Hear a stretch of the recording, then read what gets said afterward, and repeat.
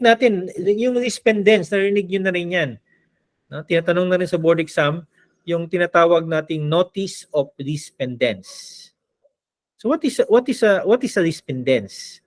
Now, a notice of respondents is an announcement to the whole world that a particular real property is in litigation and serves as a warning that one who acquires an interest over said property does so at his own risk, so that he gambles on the results of the litigation over said property.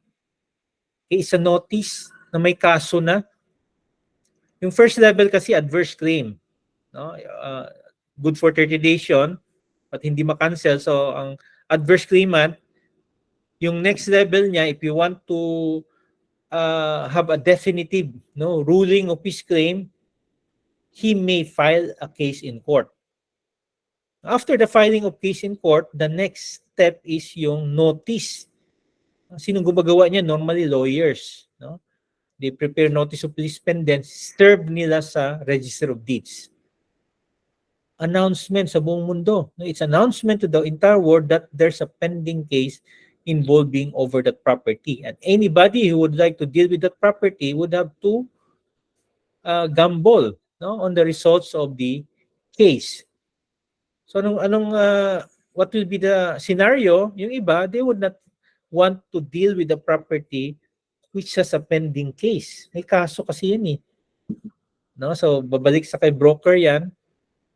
Normally lawyers yung gumagawa, no, yung mga title verification, but these are things na real estate broker can do as well. No? So kung may mga, for example, very important sa mga brokers, you maintain very good relations with mga lawyers saka law offices, no? Kasi mga ganito, sometimes yung mga lawyers, no, sa binibigay na nilang work to sa mga brokers, makaibigan na ng brokers. O sige, gawin mo na lang yung ganyan, no? Tinuturuan na lang paano gawin, because kung sabihin mong if you make this as yung part of your professional work or expertise, yung iba, ina-announce pa nga nila, no, sa mga calling cards nila na title verification. Di ba, may nakikita kayo ng mga professional calling card, title verification. Ganito lang ginagawa nila. No? They go to the Register of Deeds to check yung status, whether there's a pending case or there's a pending adverse claim. So ito na, medyo mataas na level na notice yung respondents, no? Pending litigation, ganun.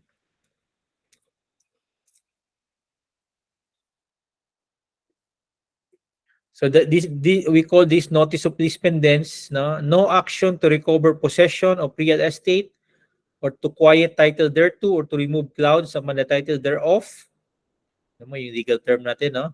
Sinisigurado talaga, no? Or for partition or other proceedings of any kind in court directly affecting the title to land or use or occupation thereof or the buildings thereon. Legalist na yan, no? And no judgment and no proceeding to vacate or reverse any judgment shall have any effect upon registered land as against persons other than parties thereto, unless a memorandum or notice stating the institution of such proceeding, action or proceeding, and the court wherein the same is pending, as well as the date of the institution thereof, together with the reference to the number of the certificate of title and adequate description of the land affected and the registered owner thereof shall have been filed and registered.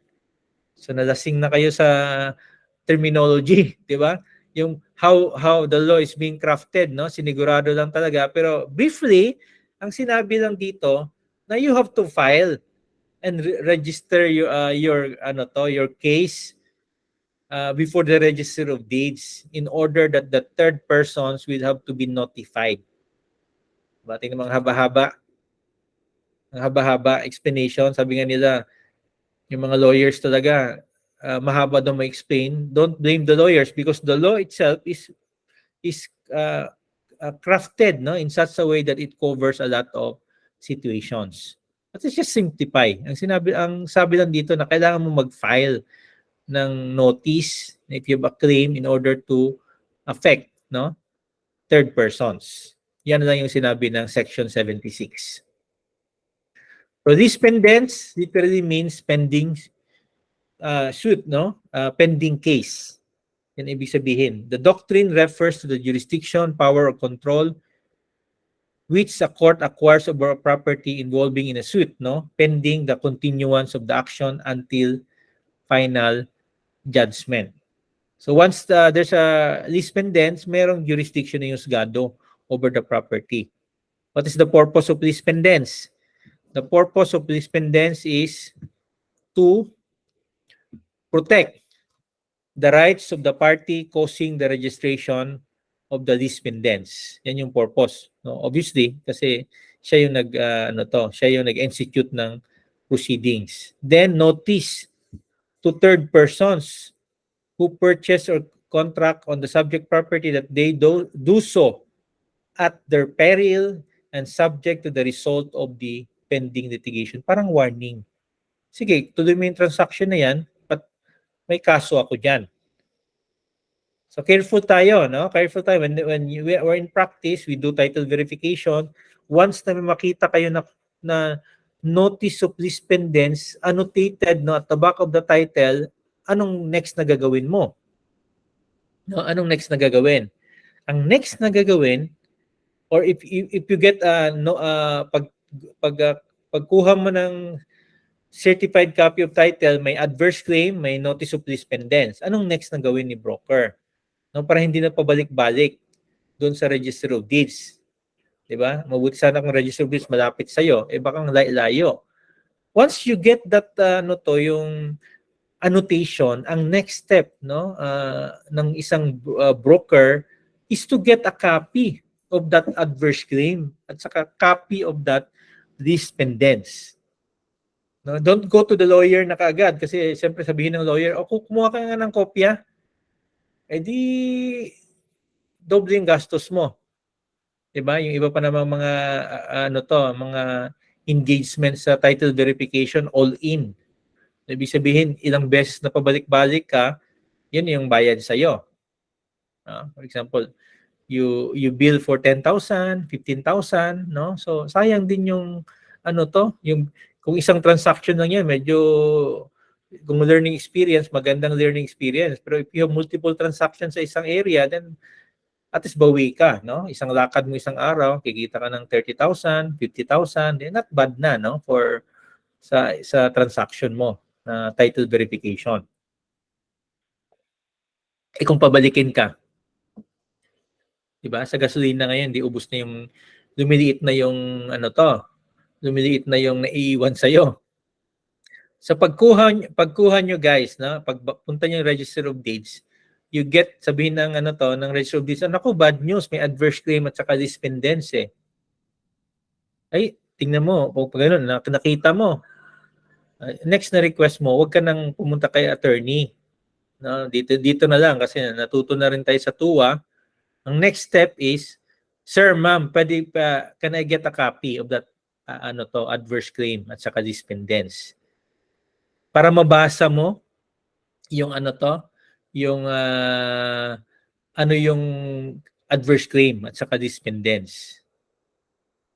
Siyempre, sinasabi ng mga Register of Deeds, naku, kukuha ka ng certified copy niyan, ipoprocess pa yan. Alam mo ng mga Register of Deeds, kung minsan very, yung dikahon daw sila.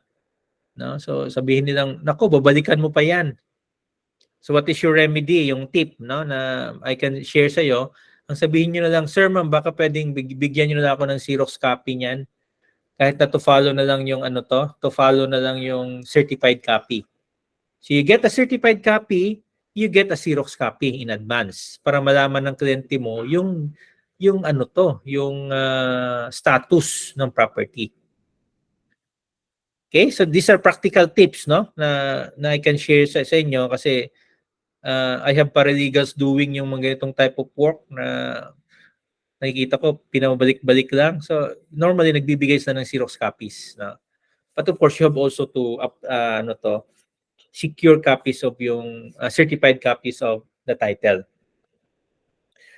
So yung lispendence may involve not only title or possession of a property, but also with the use and occupation of property. So, kasama yung paggamit, no, at saka occupation ng property. The litigation, na sinasabi yung kaso dito, must directly involve a specific property which is necessarily affected by the judgment. Okay, so for obvious reason, kasi kung hindi naman kasama yung property na yan, then there's no reason for the filing of lispendence.